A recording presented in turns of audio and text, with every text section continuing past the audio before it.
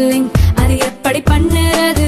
காலை எழுந்ததும் எதுவும் சாப்பிடாமல் இதயம் வளத்தை வாயில ஊத்தி நல்லா கொப்பளிக்கணும், அப்புறம் அதை துப்பிடணும். இதுதான் ஆயில் புல்லிங்.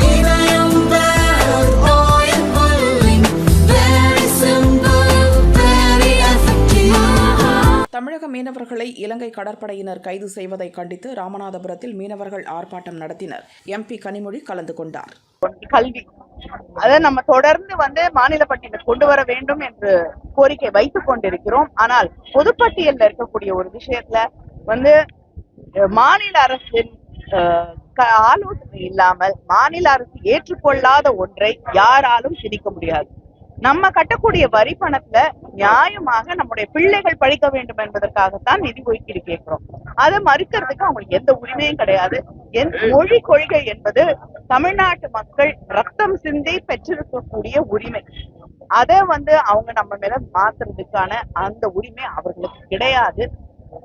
எந்த மொழியை படிக்கணுங்கிறது தமிழர்கள், தமிழ்நாட்டில் இருக்கக்கூடிய மக்கள் முடிவு செய்வார்கள். நம்முடைய முதலமைச்சர் மிக தெளிவாக தெரிவித்திருக்கிறார்கள். அதனால நாங்கள் குழப்பங்களை உருவாக்கவில்லை, நாங்க பிரச்சனைகளை உருவாக்கவில்லை. அவர்கள்தான் சரியாக புரிதலின்றி பல பிரச்சனைகளை புதிதாக உருவாக்கும்.